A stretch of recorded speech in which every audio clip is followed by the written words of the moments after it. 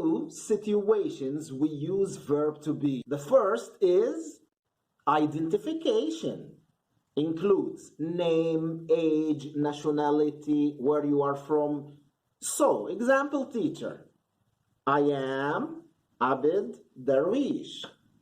I am a teacher. I am not a doctor. She's from Luxembourg. He is the boss. They are Brazilian. The second situation is we use verb to be in the case of description. Oh, teacher, what is description? Give me example. I am handsome.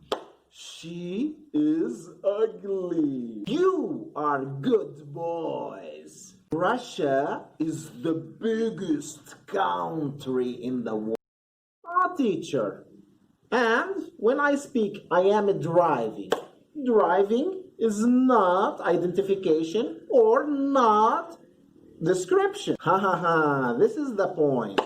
In this case, verb to be here is not independent. It comes to support and to help the ing, okay? And in this case is talking about the moment. This is another use, okay?